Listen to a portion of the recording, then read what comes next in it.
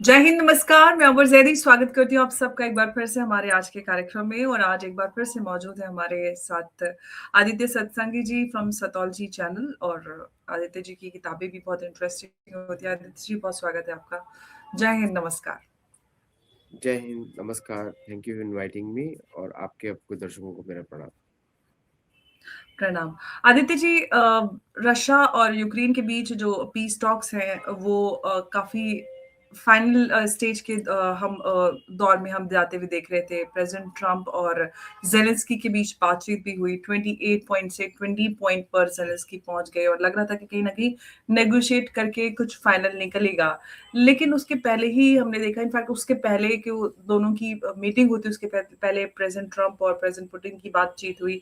तो इससे काफ़ी सारे इंडिकेशंस मिल रहे हैं कि कहीं न कहीं जो रशिया और अमेरिका है वो काफ़ी नज़दीक आ रहे हैं और इसमें जो यूक्रेन है वो और पूरा यूरोप साइडलाइन होता हुआ नज़र आ रहा है। तो आप इस ओवरऑल जो इमर्जिंग ये इक्वेशंस है इसको कैसे देख रहे हैं? और एक लेटेस्ट हमने देखा कि प्रेज़िडेंट पुतिन के जो स्टेट रेज़िडेंट है उसके ऊपर अटैक भी हुआ जिसको ज़ेलेंस्की ऑफ कोर्स डिनाई कर रहे हैं, कह रहे हैं कि फ्यूचर स्ट्राइक्स को ये जस्टिफाई करने के लिए ऐसा किया जा रहा है। आपका क्वेश्चन बहुत ही अच्छा है। आपको मैं फर्स्ट टर्म ऑफ ट्रम्प के लेके चलता हूँ। फर्स्ट टर्म ऑफ ट्रम्प में आपने देखा होगा और कि जो पूरा चैलेंज ट्रम्प को मिला, वो मिला गवर्नमेंट ऑफ यूके से। मैंने आपको I was the first author to बार-बार मैं बोलता रहता हूँ कि चर्च ऑफ इंग्लैंड मोनार्की ये एक्चुअली कंट्रोल करती है अमेरिका को। और ट्रम्प से ज्यादा कोई जानता नहीं है कि रशियन होक्स कहाँ से फैला। उसका ट्रेडिशनल सोर्सेस थे आपके फेवरेट चैनल बीबीसी और साथ में दूसरे ब्रिटिश पब्लिकेशंस। फिर वहां से एएफ पोस्ट ने पिकअप किया, जिसको भारत में बहुत लोग फॉलो करते हैं एएफपी को। वो अमेरिका का एएनआई है समझ लीजिए। फिर उसके बाद उसको पिकअप किया अमेरिकन चैनल्स ने। बट सारा जो प्रूफ था उसका या डिसप्रूफ था या मिसप्रूफ था जो बोलेंगे, वो सारा उसी चैनल से फ्लो किया। अब ये ट्रम्प को मालूम है। तो ट्रम्प को ये भी मालूम है किस तरह विक्टोरिया न्यूलैंड ने ओबामा के समय से, क्लिंटन के समय से, and she is Ukrainian origin by the way. Kaja Kallas is also Ukrainian origin. फिर आपका मैट Rutte is an American agent. फिर आपका उर्सुला वॉन वॉन्डर लेन, वो भी उसका कनेक्शन सोवियत यूनियन या यूक्रेन से है। इन सब ने मिलके जो अमेरिका को बेवकूफ बनाया है, उसका उसके ऊपर तो कोई नॉवल लिखी जानी चाहिए। कोई होपफुली कोई हॉलीवुड में मूवी बनाए इसके ऊपर। दिस वाज द अल्टीमेट बोलते हैं शराड ऑन अमेरिकन पीपल। अभी देखिए क्या, और अमेरिका भी कैसा देश है आपको तो मालूम ही होगा, कॉलोनी के जैसा फंक्शन करता है कि अमेरिकन सिटीजन्स को इतना अवेयरनेस ही नहीं है कि वो किसके साथ डील कर रहे हैं। और अमेरिकन मीडिया जो बोलता है, social media propaganda is easily misled, क्योंकि उनको पढ़ी नहीं है कुछ भी। वो उनको इतना बिजी रखा जाता है कि 2 जॉब कर रहे हैं, 3 जॉब कर रहे हैं। Their whole life goes in paying bills. कभी इंश्योरेंस का बिल, कभी इसका बिल, कभी उसका बिल, इसका बिल, ये चलता रहता है। सो ये जो पूरा इंसिडेंट जो हुआ यूक्रेन का जो, और उसके बाइडेन के टर्म में रशिया ने एक्ट किया, बिकॉज रशिया को पता लग गया कि अब तो कोई चारा नहीं है अदर देन गोइंग काइनेटिक, और इसलिए उन्होंने एक्ट किया। अब आप देख रहे हैं न्यूज कि MI6 is replacing Zelensky with Zaluzhny. Zaluzhny is a total MI6 agent, क्योंकि उसको पता लग गया कि जेलेंस्की का टाइम इज अप। उसने इंटरव्यू में बोला, फॉक्स न्यूज के इंटरव्यू में बोला, I am tired, I want to rest. अब सोचिए ये बैकग्राउंड से है, और ये इंटरव्यू जेलेंस्की ने दिया तुरंत ट्रम्प के साथ मीटिंग के बाद, तुरंत।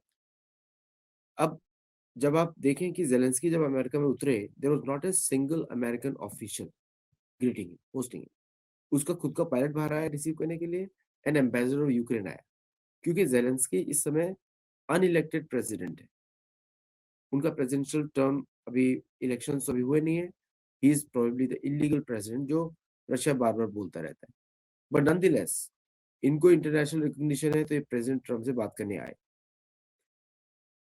जब वो प्लेन से उतर रहे थे, नाउ रशियंस आर एस्टिमेटिंग तब यूक्रेन ने अटैक शुरू कर चुका था, drones were already flying in the air. और जब ये मिले प्रेसिडेंट ट्रम्प से, तो उड़ रहे थे। एक आपने देखा होगा, एक कमेंट दिया ट्रम्प ने हल्का सा कि I know Ukraine has also hit very deep. और उस समय इनका चेहरा देखिए कितना ब्राउन हो गया। उनको लगा अभी कोई सीक्रेट तो नहीं बता देंगे कि मैं अभी अटैक कर रहा हूँ इस समय जब बात कर रहा हूँ। क्या अमेरिकन इंटेलिजेंस को तो पता होता है, ट्रैक कर रहे, क्योंकि स्टारलिंक यूज कर किया जा रहा है। तो स्टारलिंक का तो data American, is American system, और Pentagon is directly managing Starlink right now. तो अब अब देखिए कि उसके बाद भी शायद ट्रम्प को ना पता हो, we give benefit of doubt, क्योंकि हमको पता नहीं है कि उनको पता है कि नहीं पता है। But I will assume the worst case scenario, अगर मैं एनालिसिस करूंगा तो I will assume the worst case scenario कि पता होगा। अब उस समय आप प्रेस कॉन्फ्रेंस दे रहे हैं, ऑलरेडी आपने सुबह पुतिन के साथ बात करी है, उसके एक दिन पहले बात करी है, and you are well prepared what is Russia's positions. Russia's position is very clear. Donbass and whatever they required is theirs. कोई नेगोशिएशन नहीं है उसके ऊपर।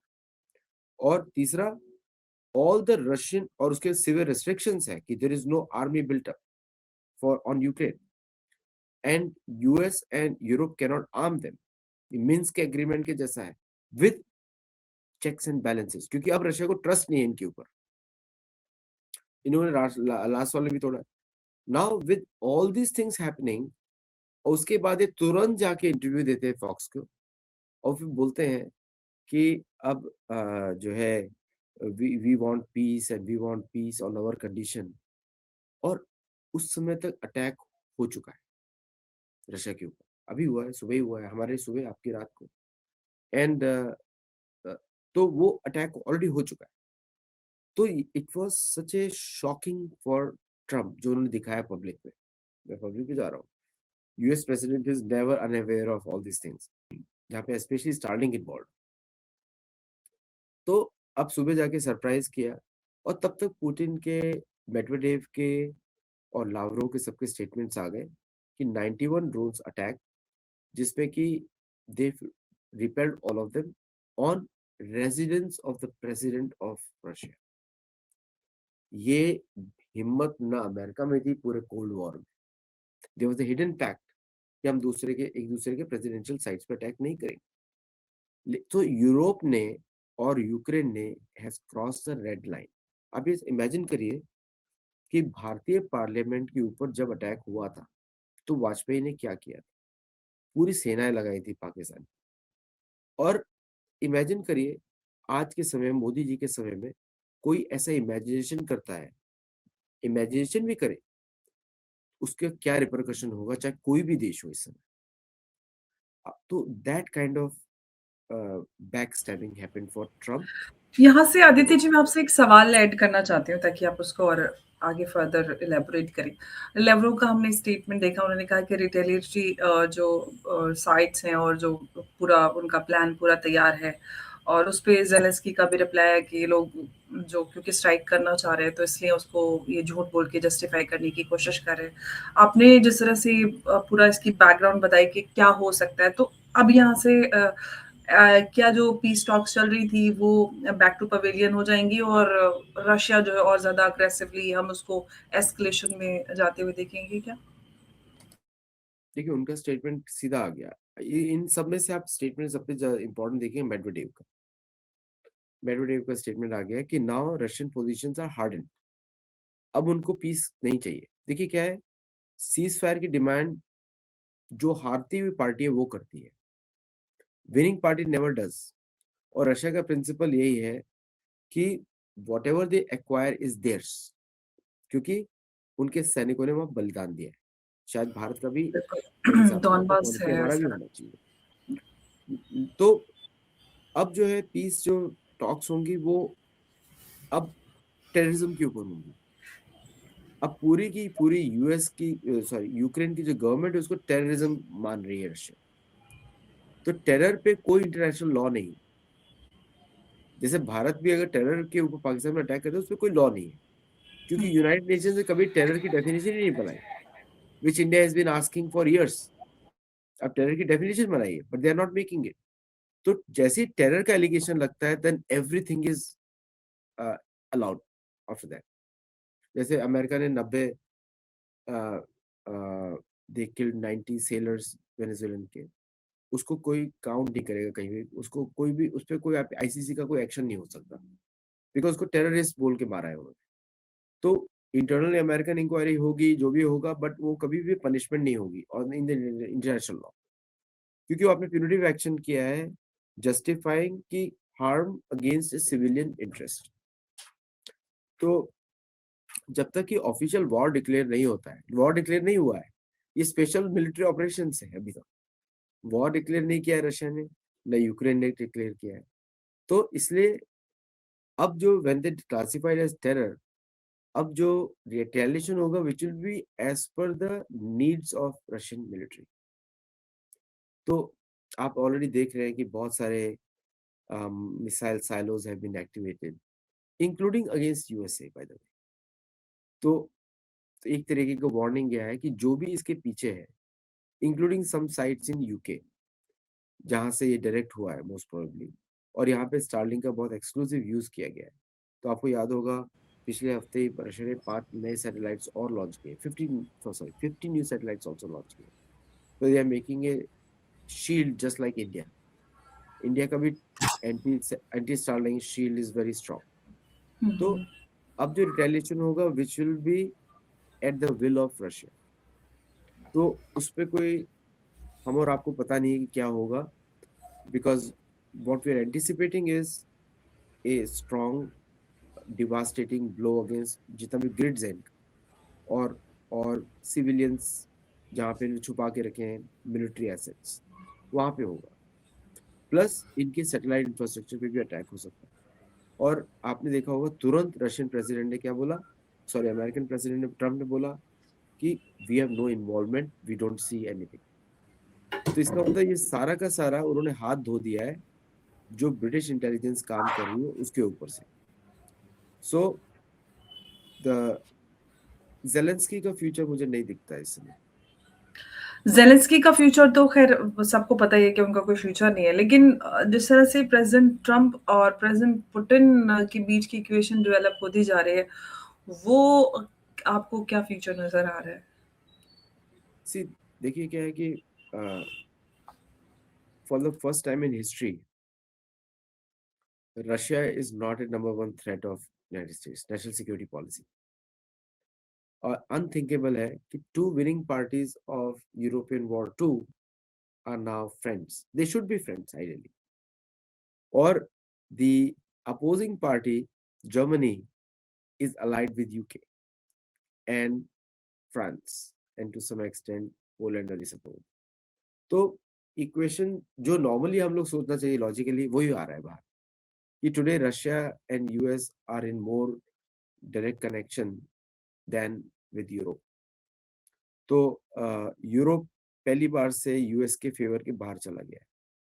प्लस आपको तो पता ही है किस तरह यूरोपियन यूनियन ने मास्टर वीजा दोनों को ही बाहर करने का प्लान कर लिया है।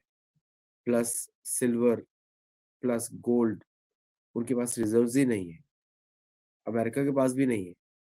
एंड आपको मालूम ही है कि पिछले 2-3 दिन में क्या हुआ है सिल्वर के साथ। So all these are European strikes against American interest.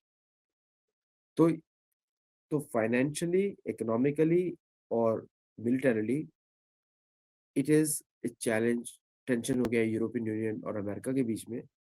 Can be a strategy also, मैं इस पर भी ऐड करूंगा, क्योंकि वो स्ट्रेटेजी भी हो सकती है कि रशिया से डिनाइबिलिटी ली जाए।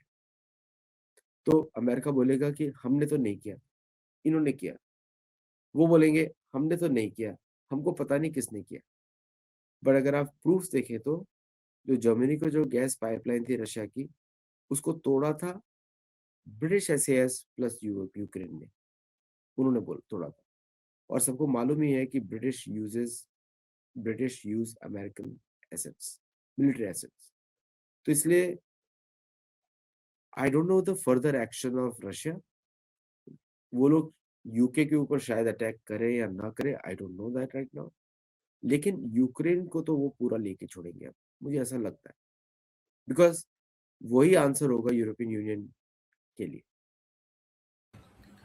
लेकिन अब यहाँ से यूरोप की क्या कहानी नज़र आती है? क्योंकि अगर हम अमेरिका को देखें, प्रेज़िडेंट ट्रम्प को तो वो खुद तो इस पूरे से झंझट से हाथ खींचना चाह रहे हैं और चाहते हैं कि इसमें यूरोप जो है वो बिल पेयर बन जाए।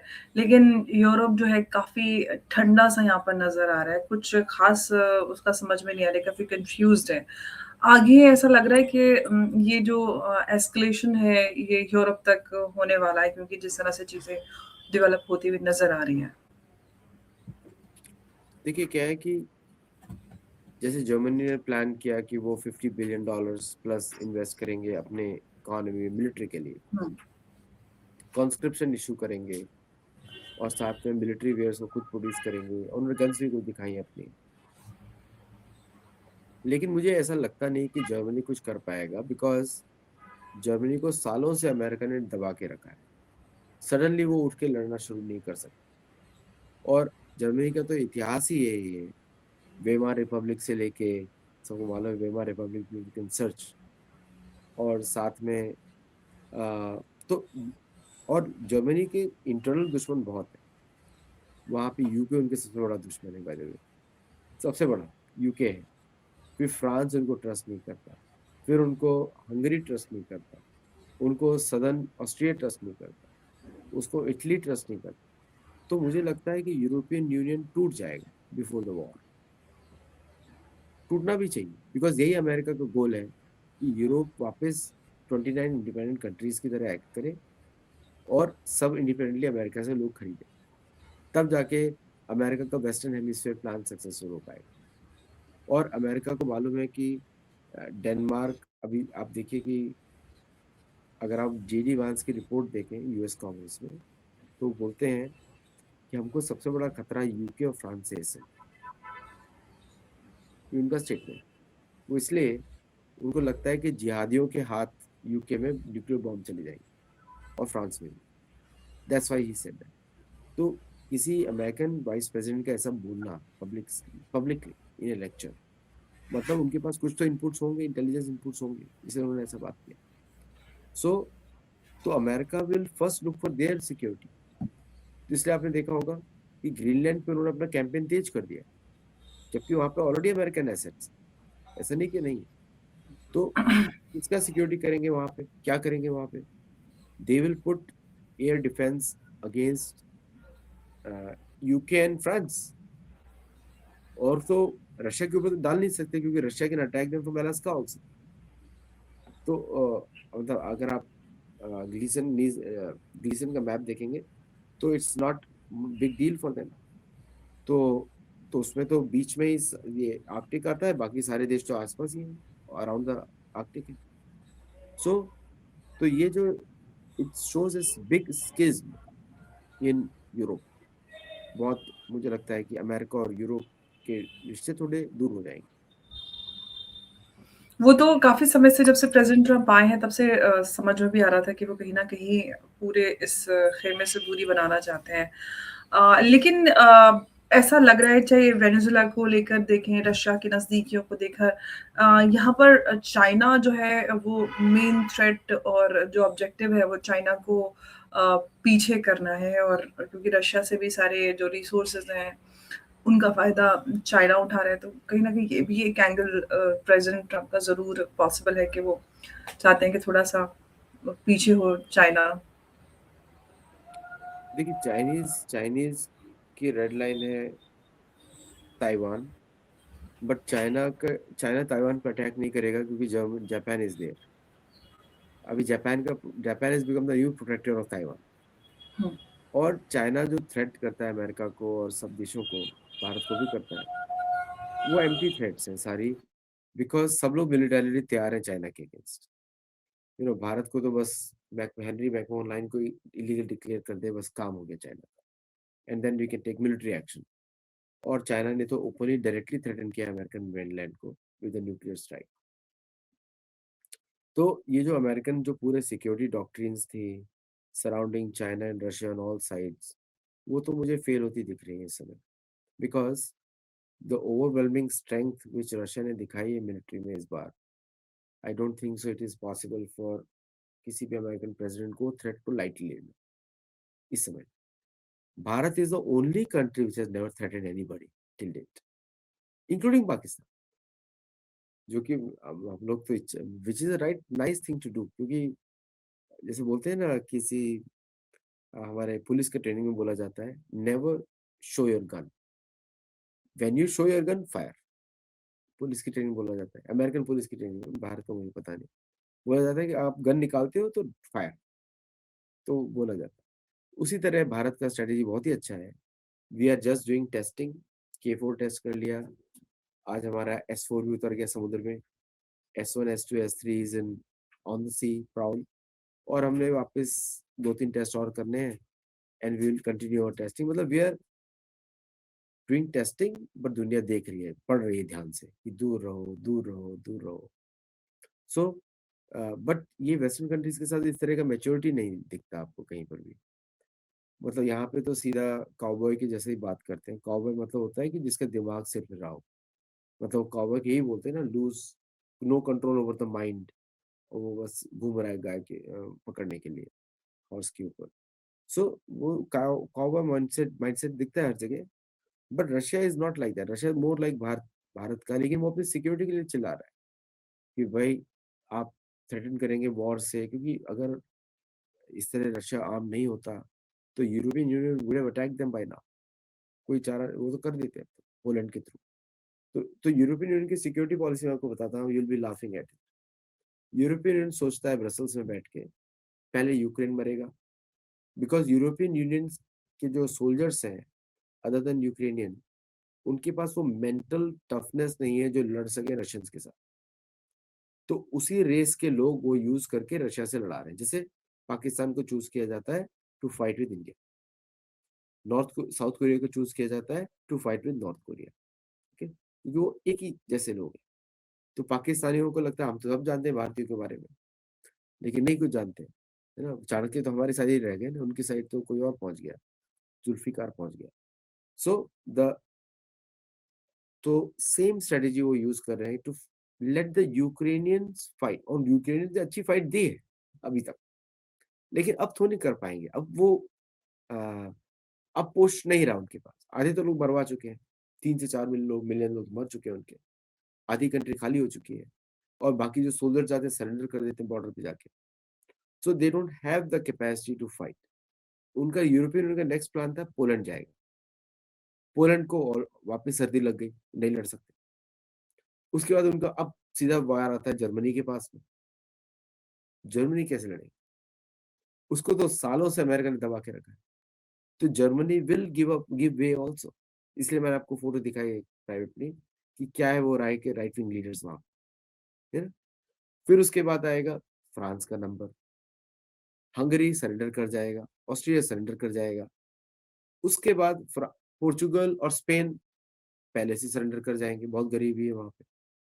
इटली बोलेगा हमको कोई लेना देना नहीं। तो वॉर कहाँ पे आता है, यूके पे। ये सिविलियन वॉर गिविंग हम लोग कर रहे हैं ना, सिविलियन। तो आई डोंट थिंक सो कि Ukraine UK is going to fight without US. तो इसलिए युद्ध सीधा अमेरिका के चौकट पे आ जाए। तो इसीलिए मतलब अब यहाँ से पीस की जो उम्मीद है वो छोड़ देनी चाहिए, अब कहीं कि सिर्फ एस्केलेशन नजर आता है फर्दर। देखिए, अगर देखिए क्या है कि रशिया को भी मालूम है कि नुकसान बहुत होगा, they don't want to get into any war. Europe को ही मालूम है कि बहुत गरीबी छा जाएगी। तो अभी सारा जो फोकस होगा रशिया का to completely take over Ukraine, और फिर वो पीस नेगोशिएशन शुरू होंगी, नहीं तो उसके पहले नहीं होगी, या उसके पहले किसी एक लीडर को टेक केयर कर लिया जाए। आप समझ रहे हैं। तो इसलिए MI6 का ऑलरेडी बैकअप तैयार है, जरूरत का। सो अगर ये हुआ तो वॉर रुक जाएगा, अगर नहीं हुआ and they continue this path, तो फिर तो European union has to take a tough decision, वो लोग नहीं ले पाएंगे क्योंकि countries are against the war. मैंने रियलिटी बता दिया है सबका कि countries are against the war. और रशियन अब इतने प्रैक्टिस के बाद, उन्होंने 4-3 साल का प्रैक्टिस किया है यूक्रेन में, तो their operations will be very swift, और प्रोडक्शन तो उनका टॉप लेवल पे है। How will Europe even cope up with production? तो यूरोप को के पास कोई चारा ही नहीं है अदर देन सरेंडरिंग। फ्रांस को एक बेवकूफ तो नहीं करेगा, न्यूक्लियर बॉम्ब यूज करेगा। फ्रांस के ऊपर तो already France is already taken over by the Algerians and other people. तो it's a very dicey situation for Europe. और इसीलिए बार-बार बोल रहा हूँ दर्शकों को भी, just remember Weimar Republic and what happened to Germany. Search कर लें गूगल पे। सो देन मुझे यही लग रहा है कि ये लोग सड़क पर डांस करने वाले हैं। So peace is there contingent, Russia doesn't escalate to their areas. और तो सबके लिए एक ही स्केपगोट है, कॉमेडियन, बस। तो अगर कॉमेडियन इज को ठीक कर लिया तो सब कुछ बंद हो जाएगा, फिर पीस आ जाएगी। कॉमेडियन तो कुछ अलग ही तरह के फैसले ले रहा है, जिससे फर्दर एस्केलेशन खुद होता जा रहा है और खुद कहीं ना कहीं इंस्टिगेट करने की कोशिश कर रहा है और फिर उनसे बच भी रहा है। ये भी है, जैसे कि प्रेसिडेंट पुतिन के घर पे जो अटैक था, टारगेट था। देखिए, एक्टर को स्क्रिप्ट दी जाती है, एक्टर स्क्रिप्ट पे काम करता है, ओके। जी। तो स्क्रिप्ट पे अब अब उस स्क्रिप्ट में कुछ लाइंस मिसिंग है, तो क्या करेगा? अगर कोई अच्छा एक्टर होगा तो इम्प्रोवाइज भी कर सकता है, वो इम्प्रोवाइज भी नहीं कर रहा। बट ये तो नाचने वाला एक्टर है ना, ये कॉमेडियन भी एक सी ग्रेड का कॉमेडियन है, जो जी। जो डबल एक्स मूवीज बनती है, ट्रिपल एक्स मूवीज बनती है, उस तरह का कॉमेडियन है। So he can only dance, nothing else he can do. अभी आप देख लीजिए ना कि कितना, अब सोचिए, टी शर्ट में घूमता है और एक उसने जैकेट खरीद लिया बहुत ही महंगा वाला, to come in front of president Trump, ताकि अमेरिकन मीडिया मजाक ना बनाए, इसलिए। सो प्राइड तो है नहीं ना, वो नेशनल प्राइड तो नहीं है। जी।